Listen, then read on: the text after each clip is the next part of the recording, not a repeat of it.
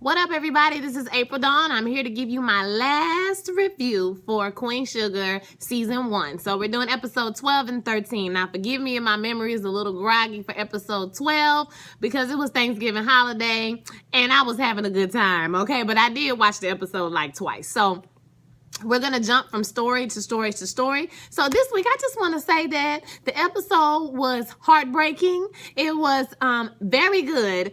It was, what am I trying to say, y'all? It was shocking. Charlie had some new interactions and was acting in some new ways. We never seen her act before, child. I was like, is this Scandal, honey, or is this Queen Sugar? What's really good? So let's go ahead and get started. So let's start off with Nova. This week, Nova is still on the Too Sweet thing. She goes to visit the public defender, asks the public defender, and you know, she tells the people that she's writing a story, but so she can get into the office. So she goes to defend the public defender and basically asks him what's the problem, what he's been waiting for months.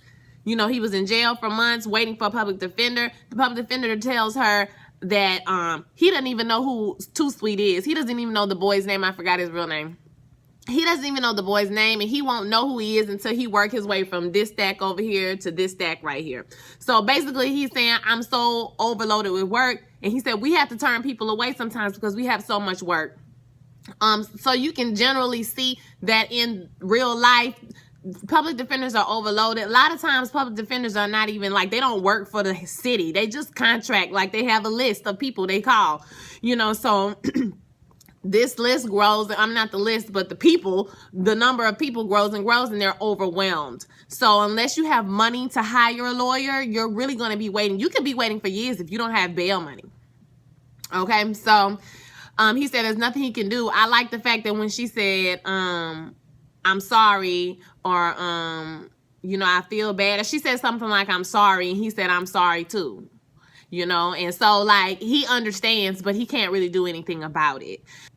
That was that. So next, she goes on stage with Melissa Harris Perry to sit down that we were talking about. Man, Nova did so good. Like, she was so articulate, speaking about Black Lives Matter and how, you know, all lives matter. And, you know, the whole thing with people saying, you know, it's not that we're saying your life doesn't matter. It's just that we're saying, you know, we want our lives to matter, you know, in so many words. And talking about, you know, police brutality or things that's going on right now. You know, she made some very good statements that I cannot remember. I'm looking at my notes. Let's see if I missed anything. Calvin was there. Cop Bay. Okay, Cop Bay was there sitting in the audience. And y'all, when she saw him, she was like,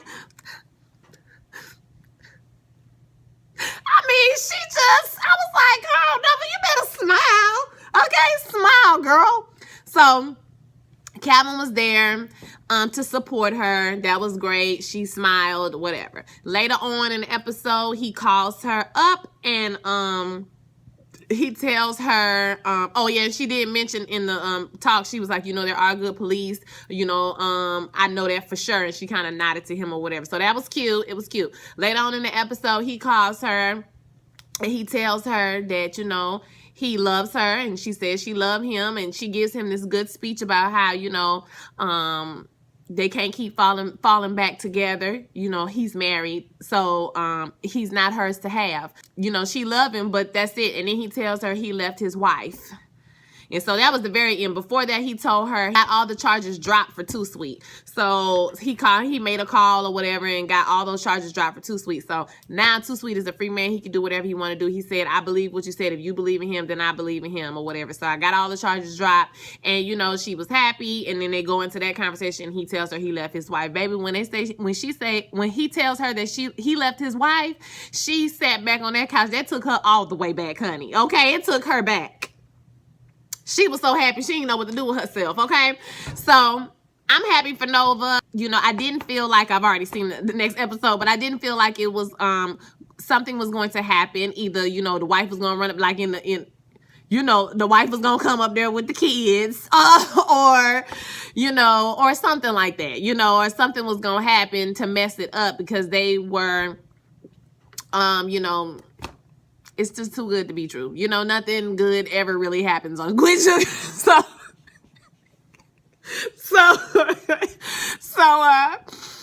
yeah, so that was great for Nova, episode 12. Okay, so let's go to Ralph Angel. Ralph Angel, this episode is really, he's been trying to figure out how they're going to solve this problem with the mill, and he's come up with this refrigerated truck plan to drive the mill to drive the cane to St. James to get it ground. All they got to pay for is refrigerated trucks. It's a workable plan. He researched it. He even went to St. James, and he's been calling Charlie this whole episode trying to get in touch with her to tell her what's going on, but she won't answer the phone for him.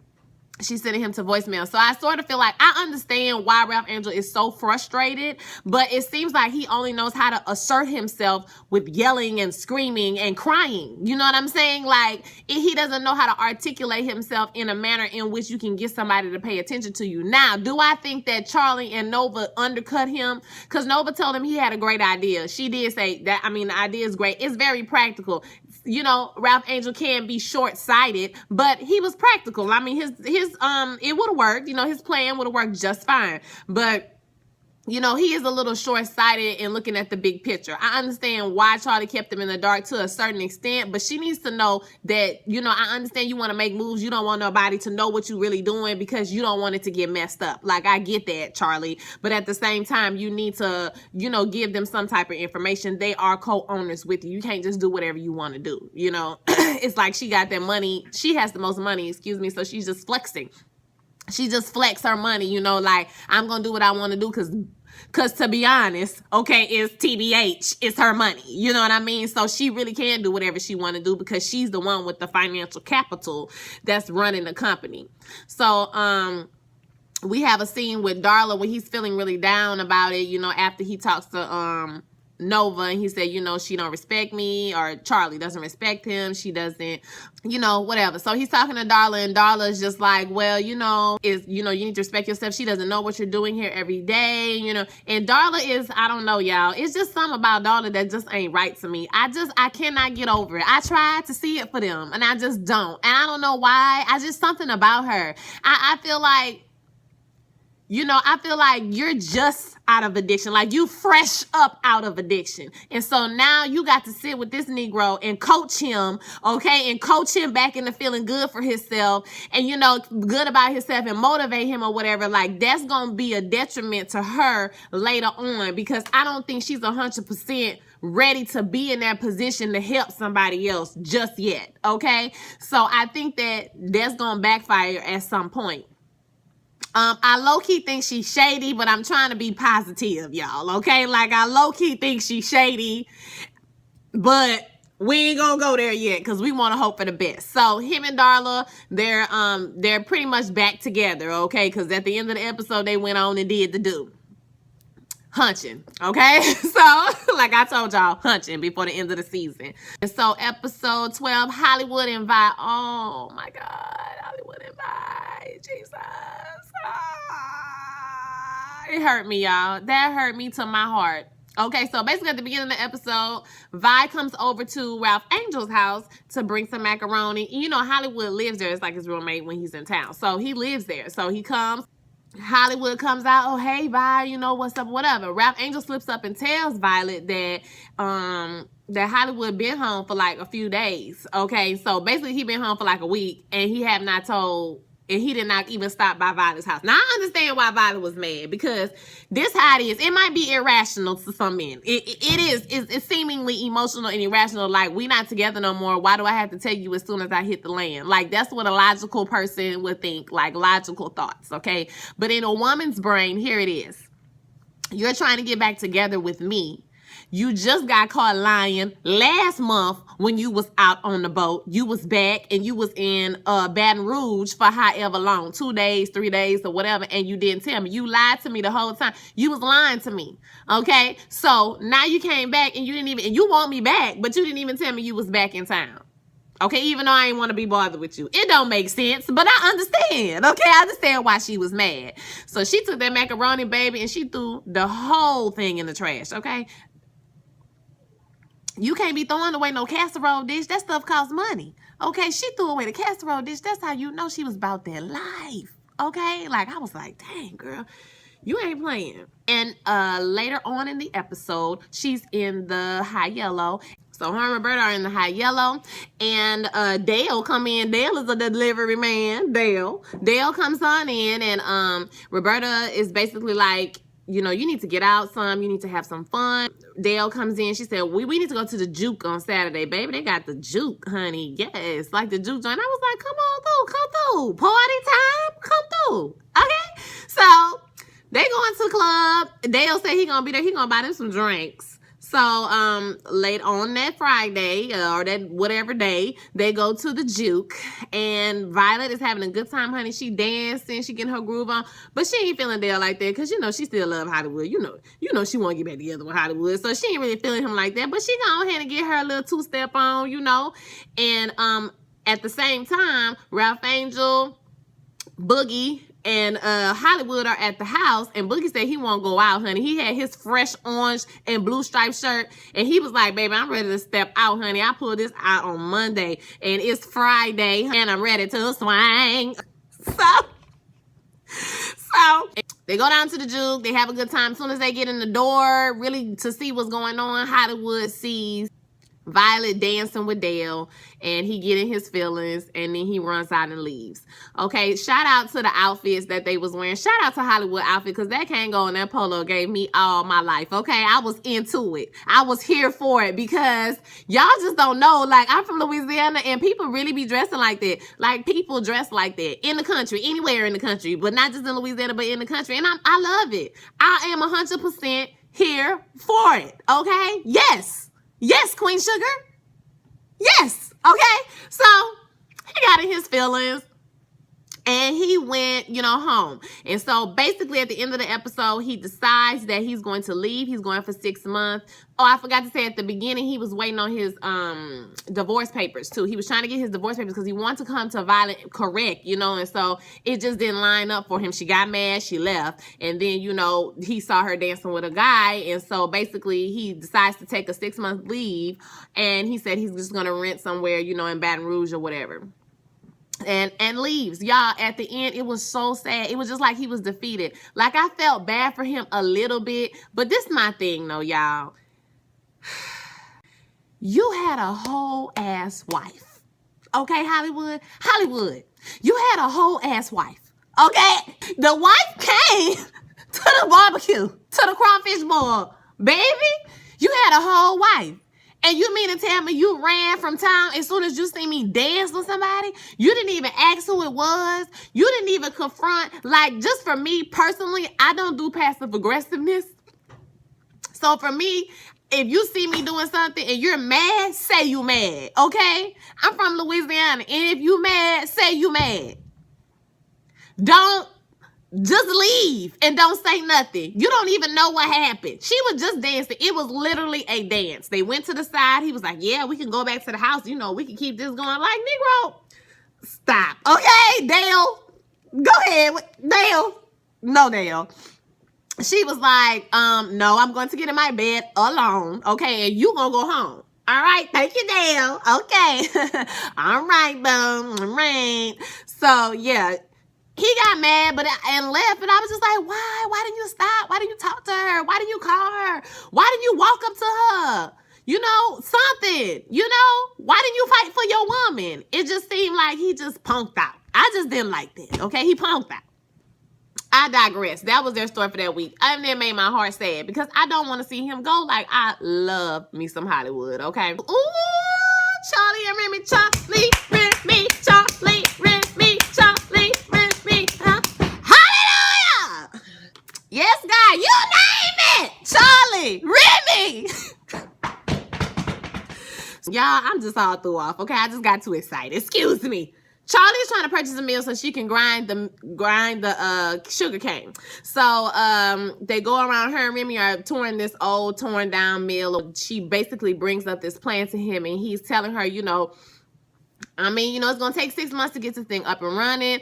You know, you sure you want to do this? A lot of people have tried and failed. And she tells him, you know, I have taken on bigger giants in one, boo. I know what I'm doing, okay? You know, and he like, hey, you know, That's cool. If you think you know what you're doing, you know, I'm going to be here to support you. I like that about Remy. He's patient. He's a good guy, but I surely think he's falling into that good guy role, okay? So I was like, you know, so he asked her to dinner on their first date. It was very cute. I was like, come through, Remy. Yes, Remy. Okay, be a boo. You know, he asked on the first date. Cool. What she's trying to do is, Charlie is working some kind of scheme that we can't really see at the moment, okay? She calls one of the basketball wives of a player named Felix. Now, Felix is about to get signed to a deal with Davis to play in New York City for, you know, they're getting signed together because no team, this is the understanding, my understanding that no team will take Davis by himself because Davis is an older player, right? He's almost finished. You know, they taking them as a package deal. So basically she calls the wife of the other player and meets with her because she's in New Orleans. And she tells the wife that she's going to release the tape of what happened to the prostitute in the hotel room if she doesn't tell her husband to sign with New Orleans. And so the girl is like, whatever, you know what I'm saying? Like, you know, basically like, girl, you're not finna blackmail me. Like, it's not going to happen. She like, girl, I'm not playing, okay, with you or whatever. And I'm thinking, you know, the tape, she can't release the tape. You know, this is like an empty threat or whatever. This Charlie, she ain't gonna release the tape or whatever. Like, she not cutthroat like that. But baby, I guess I was wrong, okay? Because she told her she was gonna release the tape and you need to make the right decision because the wife still doesn't know what happened. She was like, girl, you don't even know what happened, girl. Okay, your husband is out here raping people, okay? You don't even know what happened. So you gonna find out what happened too if you don't do what I tell you to do. I was like, whoa, Charlie, like, whoa, girl. She meets with the owner of the New Orleans Stingers. Stingers, you know, obviously she wants Davis to sign in New Orleans. She says to be closer to Michael, but something is not right. So basically, she wants the owner of the team to invest in her meal or give her the money. So they hook up this idea because he's kind of doubtful of her, whether or not she still has the pull to get Davis to even come down there. And she tell him, I'm the wife, boo. I always have access. And then she tells him, okay, well, I got something to prove to you, then that's cool. So she says she's going to get Davis to come to sit down for the meeting or whatever. So he promises her he'll give her the money when that happens. So I'm like, okay, she pulling together this money. Now, at first she says that, remember, she said that she's going to pay half and she's going to get the owner of the team to pay the other half in this episode. Okay, so let's remember that.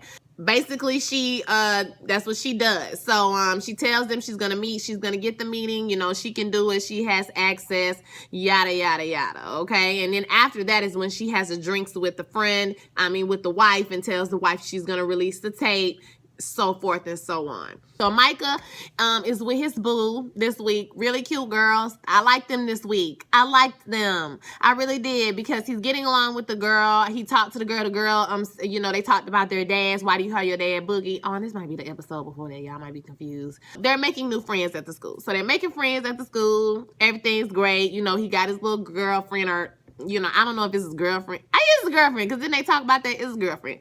At the end of the episode, Davis texts Charlie and tells her that Michael won't answer his phone calls. He needs to, you know, tell him to call him. And you can see the wheels turning in her head, like, how am I going to use this? So when she walks into the living room, Micah introduces her to Kiki and Kiki's friends. And, you know, like, oh my God, I follow you on Instagram. Oh my God, you know, whatever. So she's all excited. You know, she goes into the room and she has this kind of look on her face. And you're like, what is about to happen? What is about to happen? So then she calls Davis and tells Davis that he needs to get down here because Micah is hanging around the wrong crowd. And Micah is, you know, doing things he's not supposed to do, which is not true. So I couldn't really gauge of whether I knew that she was lying. Okay, it's a manipulation tactic to get him to come down there. But I didn't know whether or not she likes Kiki and the friends or she don't really like them. Like, I couldn't tell if it was like an elitist thing, you know, like, I don't want you hanging around with them. But I don't think that was it. I think she was just manipulating Davis to come down there. So they're setting us up for episode 13, the season finale. So I think that's it for episode 12.